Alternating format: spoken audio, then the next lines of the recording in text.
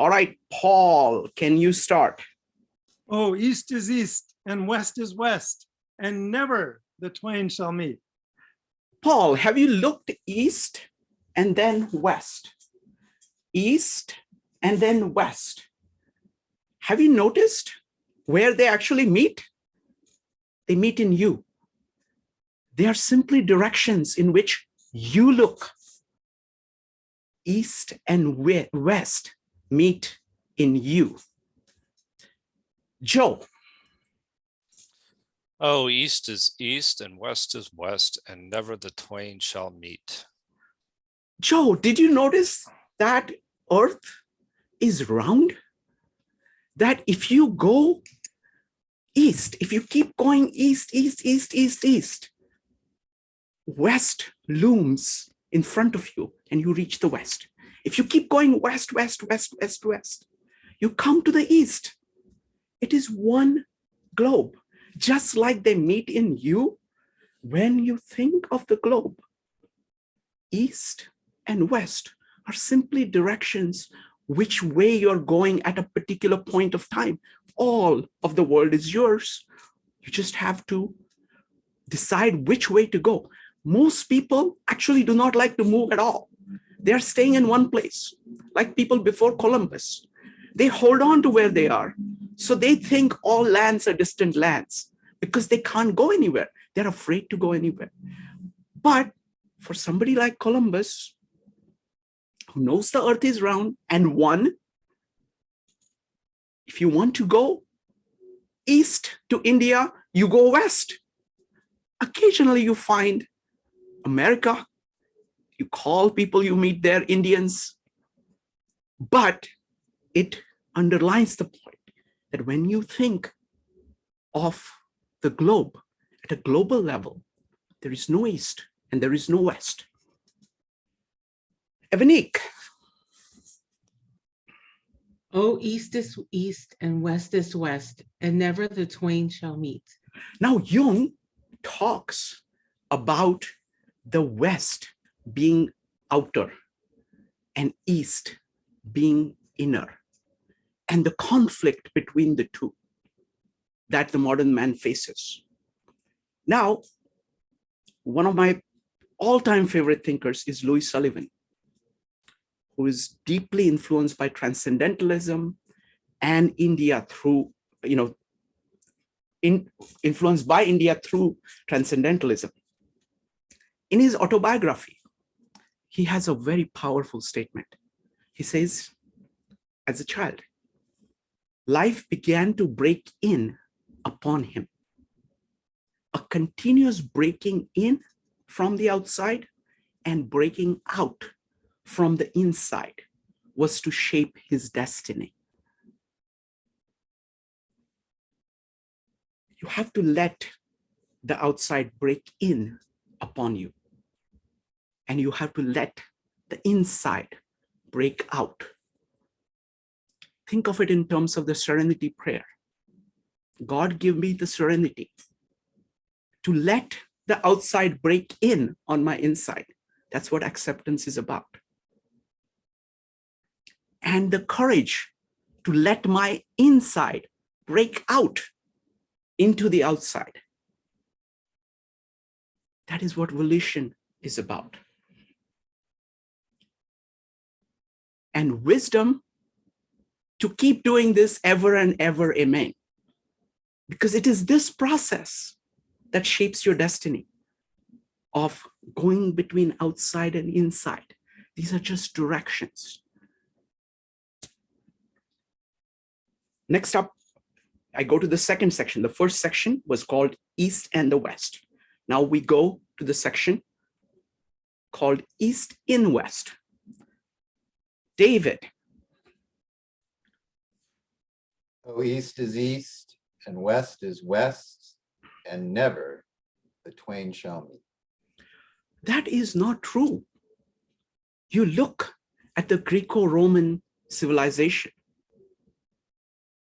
The Greeks have an exquisite inner life. You can see it in their poetry, in their plays, in their sculpture, in their philosophy. It's very rich, flowering inner life. The Romans have a very rich outer life. The Greeks were the teachers throughout the Roman Empire. So the West had East in itself. Look at Renaissance. When new cities came up, where merchants financed these voyages of the ship, it is outer, as you can call it, as you can see it. But what did they do? The same Medici's were responsible for revival of the spirit. They were the ones who financed Leonardo da Vinci, Michelangelo, made possible rebirth of Greece. Look at Belle Epoque at the turn of the 20th, just before the 20th century started. Beautiful time, tremendous prosperity, relatively, that world had never known. Outer prosperity and the flowering of romantic art, music, literature, and every kind of art. So it is not true. There has been East in the West. DLJ. He had to go, Shrikant. Okay. Evanik.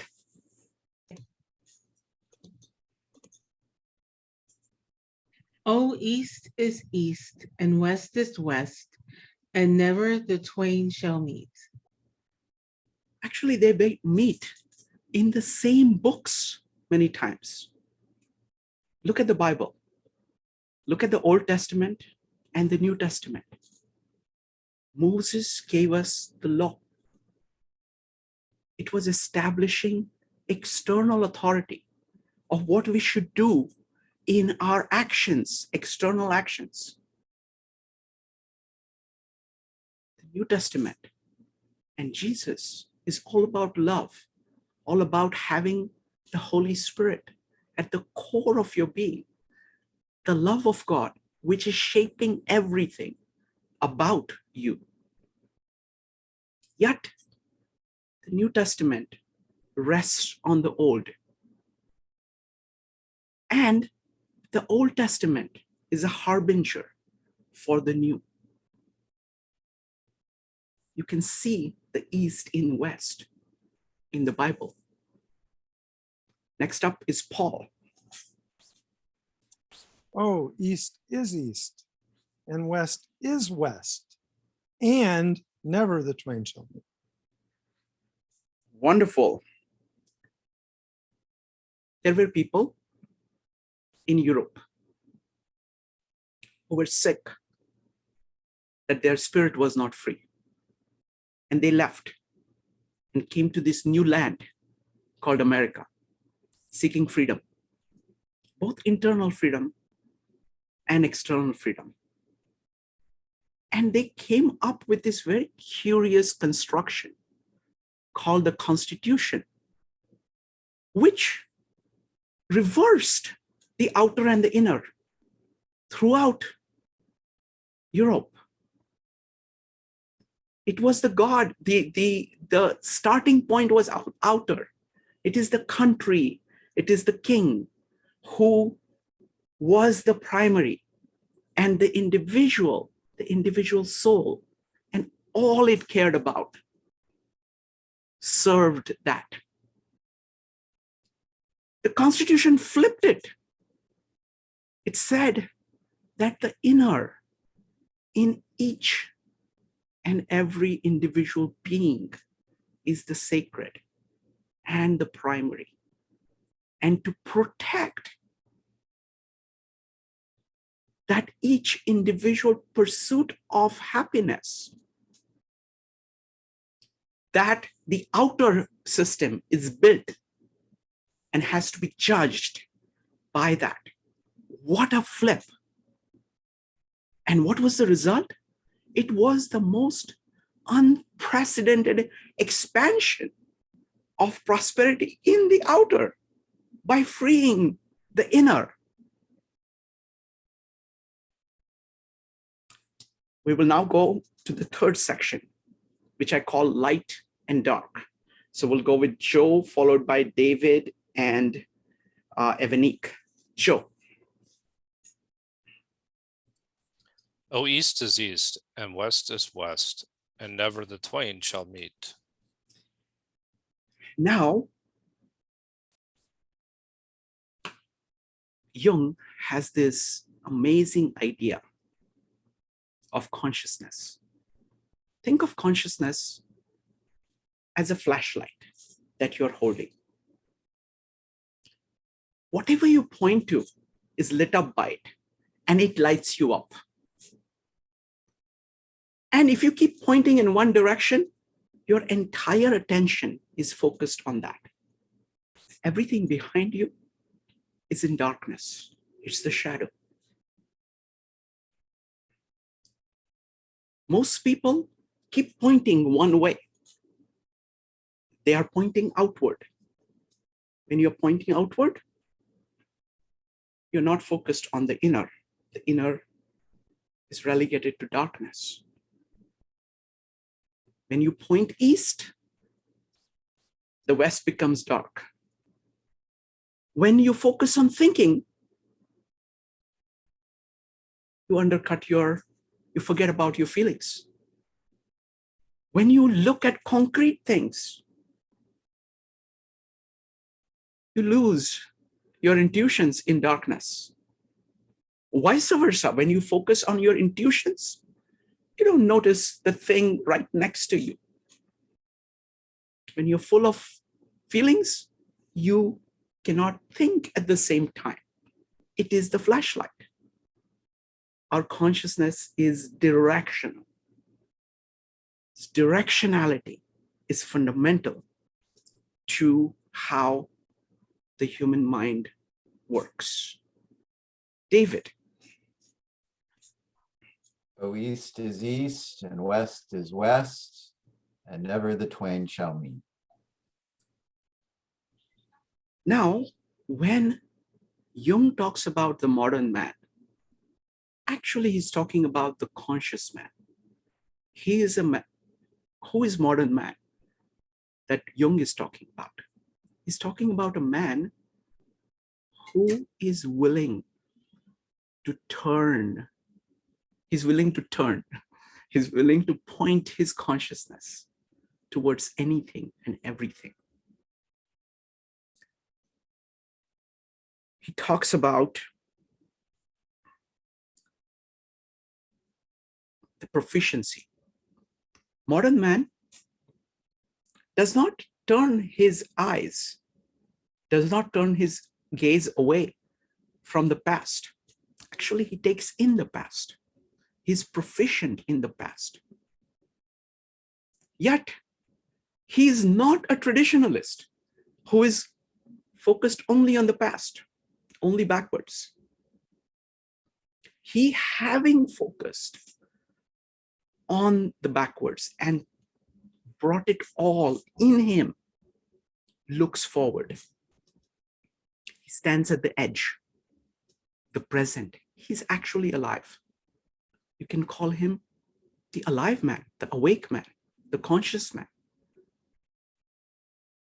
He is the abraxas that we talked about, standing at the edge of order and chaos, taking in all the order, understanding all the order and its limits, and looking out into the unknown, the chaos of the future, unafraid. Next up is Evanique. O east is east, and west is west, and never the twain shall meet. Now, there is an easy cheat to become more conscious, because it seems like such a great effort, requires such great courage, such relentless facing of your own fears, your own shadows. There is a very simple cheat. You have to realize that just like you are a flashlight that is selectively lighting up the world, so are others. And their flashlight is different from yours. They are pointed differently. They see different things. Some of their light falls into your darkness. So if you're committed to actually engaging other people and see things from their perspective, suddenly you have multiple points of light shining the entire space. All you have to do is to be open to other people. Now we go to the final section, which I'm calling bringing it home. Let's see, we'll start with Joe, David, and Evanique. Joe.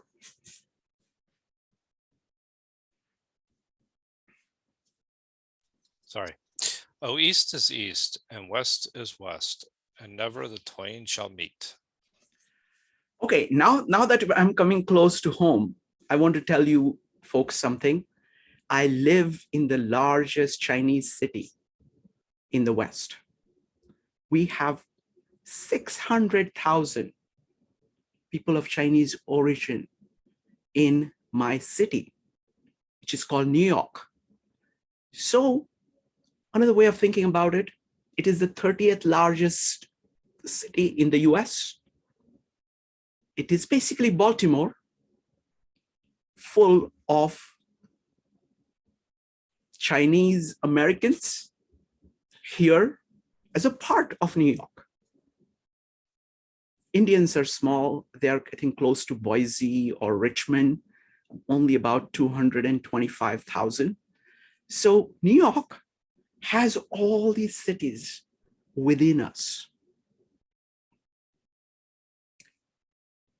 The East. And if you go to the Chinatown here in Manhattan, it is the densest Chinese population anywhere outside Asia, outside the East. I've been to China, and some of the streets there are indistinguishable from the Chinatown here.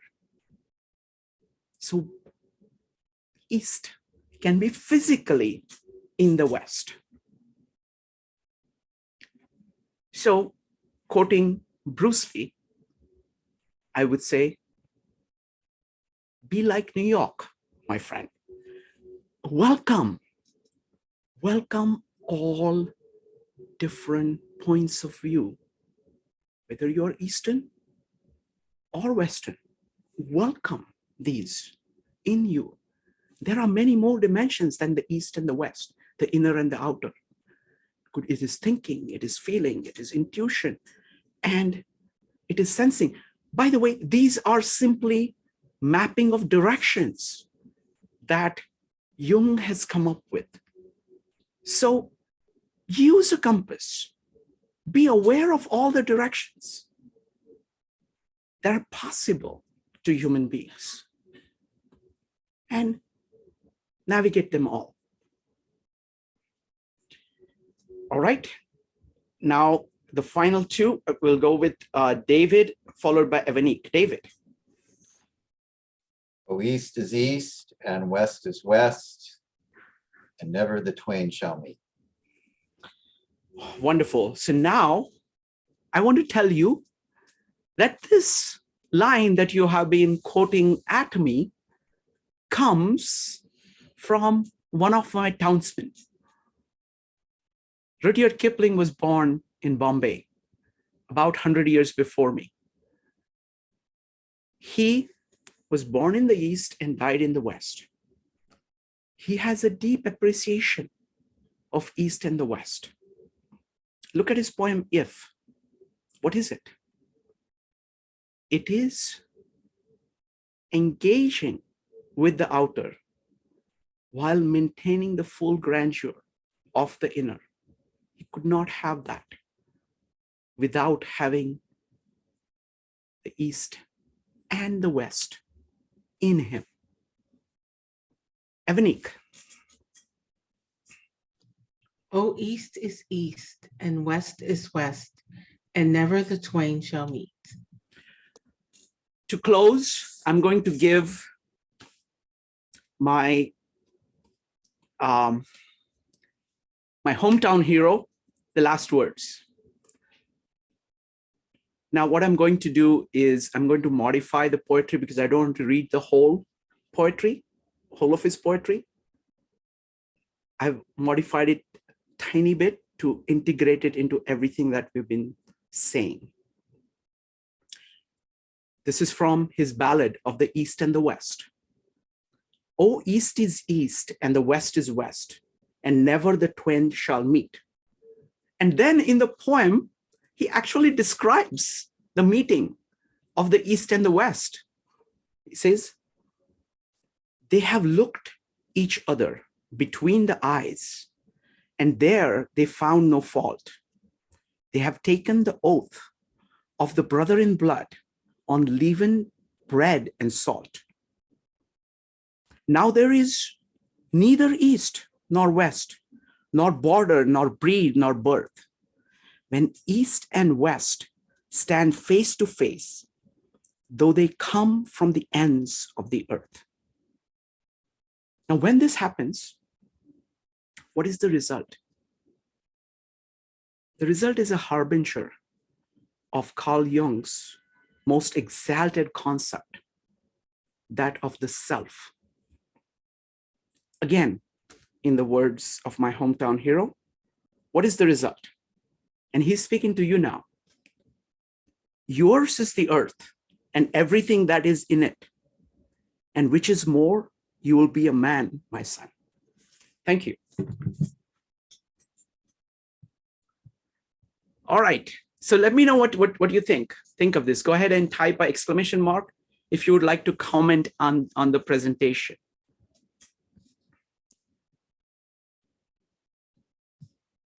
We're going to start with Joe. I loved it. It's my favorite poem. And so, you know, growing up, that was my favorite poem. And I thought you captured it so well. It was really, really, it makes me, I don't know if you did that all improv. I mean, but, you know, just did it without any kind of prep work, but that was really impressive. So I appreciate it. Great deal. Thank you. Thank you. Next up is going to be Kevin, David, and Evanik. Kevin. Thank you. Wow. Because it's open my eye, open my mind. So it's yeah, it's everything come on, everything come together. It's also Evanik community led. 3-in-1 in Chinese culture, religion, Confucius, Buddhism, and Taoism. 3-in-1. Why not all in one? Thank you. Wonderful. Thank you, Kevin. David, Evanik, and Howard. David. Yeah, you have been on fire the last 2 weeks, my friend. Very impressed.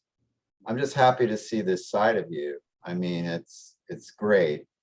And I think it's this subject matter that's really unlocking the unconscious in you. So you're like this living embodiment of that connection we've talked about of consciousness and unconsciousness. I'm just seeing it and it's flowing so well. So I want to thank you for the courage again of doing that. And I just want to give you a compliment. I love tonight. I do a lot of these things. Tonight was really special. In the ocean of Jungian literature, I think you did a masterful job of pinpointing an essay that really checks a lot of boxes about Jung's relatable now. So it was just a great evening. So thank you. Thank you. Thank you, David. Really appreciate it.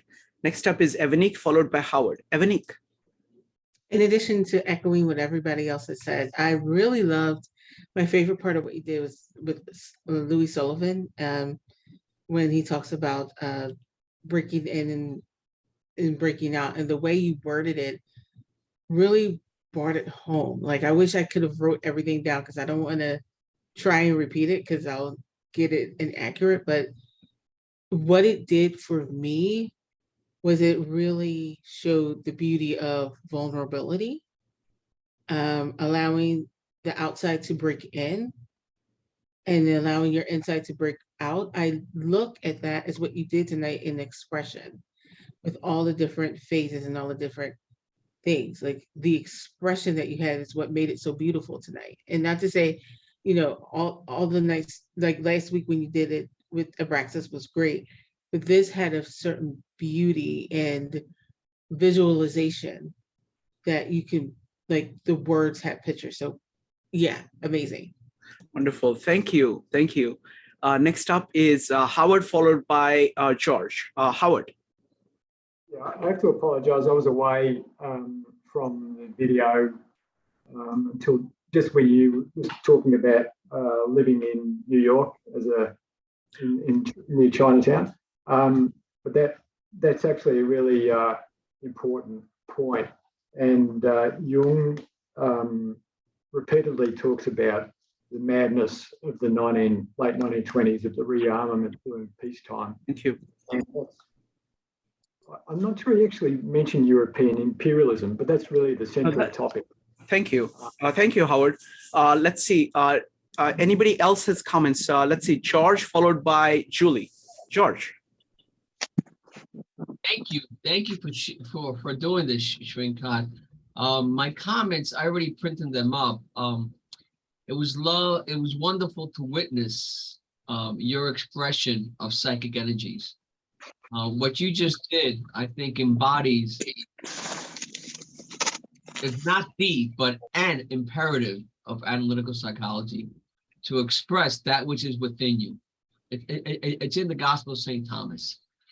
Wonderful. So thank you for expressing that which is within you. Well, thank you. Thank you. What Jung calls psychic energy. Wonderful. Thank you. Julie, you had a comment then Paul. I don't think I did. Okay. Thank you. Next up is Paul. Paul, go ahead. Yeah, thanks, Shrikant. I'm in a place where my video just isn't working well, so that's right. It's the only reason it's off.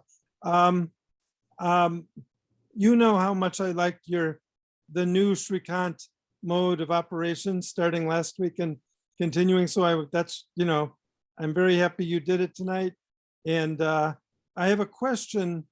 I see you as sort of a consciousness explorer in the best sense. So tonight you chose a format. Like last week you chose what I thought of sort of as a Greek chorus, even though it wasn't. This week you chose a format where you had some of us repeat a sentence. I am curious because I know you thought about it and I know you had a vision of why you did it. And I just want to hear you talk about it if you don't mind. Oh, it's very simple. It's much more dramatic when there is multiple voices. And what happens is that there is a refrain that keeps coming. Oh, east is east and west is west. And that provides a structure. So it allows, instead of having me talk through all these 12 points like this, it is broken up nicely.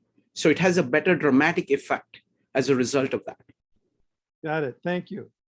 Thanks. Maritza, what do you think? No, the repetitiveness of the phrase, it also provides a focusing element, as it were, for the subject. And it comes off as very poetic, Shrikant. It's one of my favorite things to play with when writing poetry is, repetitive lines. It points out for you, like, even when what you're saying is very long, and if it's complicated or even if it's nuanced and you're using a metaphor, the repetitiveness of that line points out to the reader what is like an important thing to remember. So I really appreciated that. And it's nice because as you're listening to everything, you get that line again and you're like, yes, we're talking about East and West. And the way in which the line was, you started off each section with a response to that line. So I really did, it was nice for focus. And I felt like it also helps the mind to remember, because it seems to me what is most clear and memorable is that first line in each section. Mhm. Because it was framed with the repetitive line, it makes the other one a little more sticky, which was great. Wonderful. And I would just want to say that I want to say thank you for doing the poetry meetups, because I'm picking up some things from that. And I think all of us are learning from each other. That's what happens with all these meetups.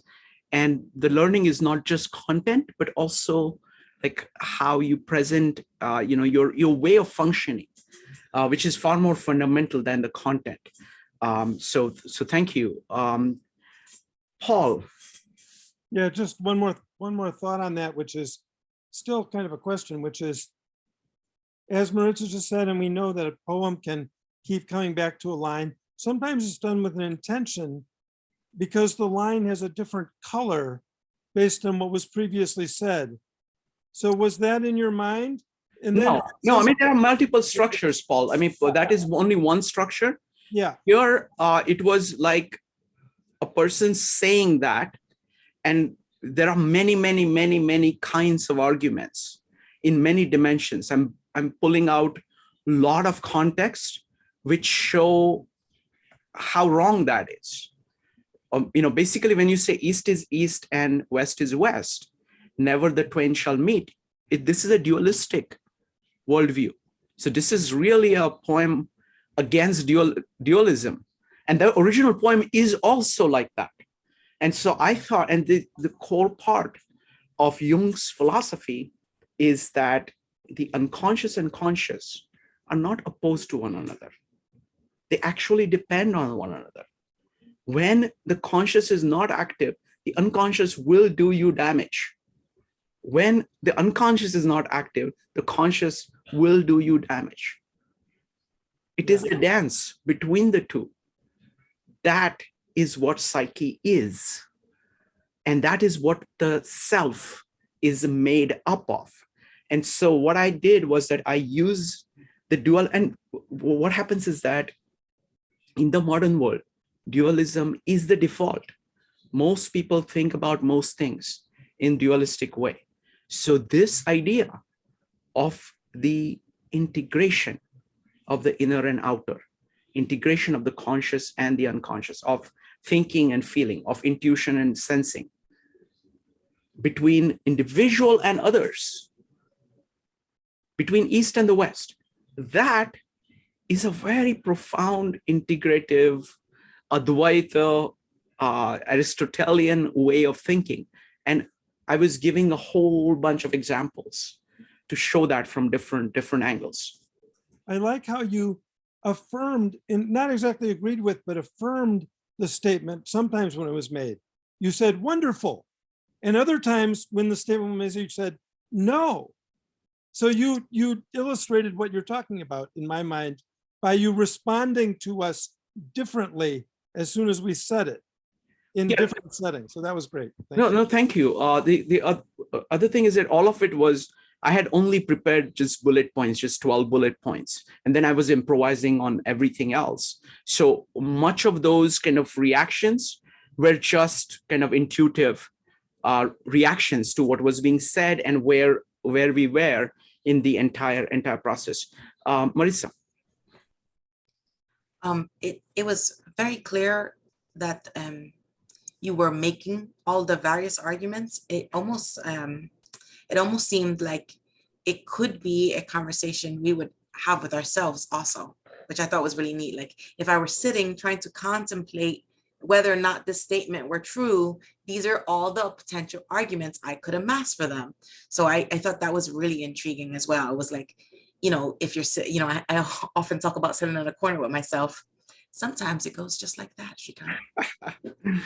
Yes, no, I think the idea of conversation with ourselves is a very deep idea. And I've been working on that.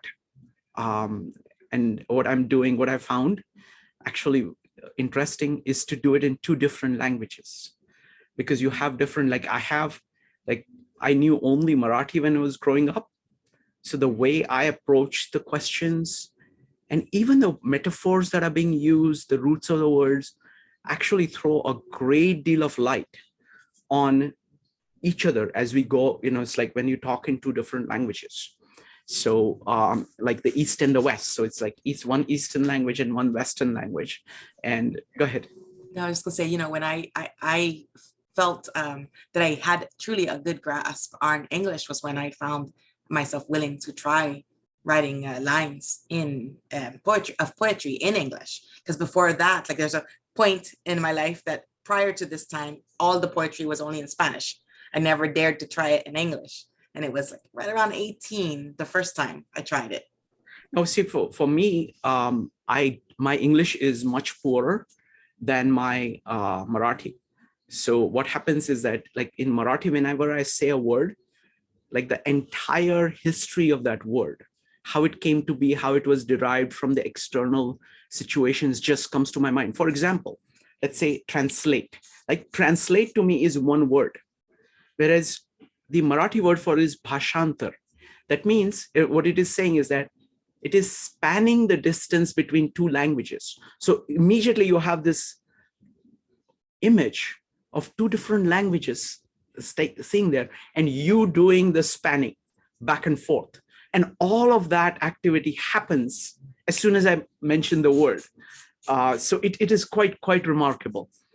All right, folks, any other comments on anything? So I'm firstly very delighted with how these meetups are going. And I'm just delighted that people like David and George are participating, and all of you folks, because it's actually a very difficult thing to explore.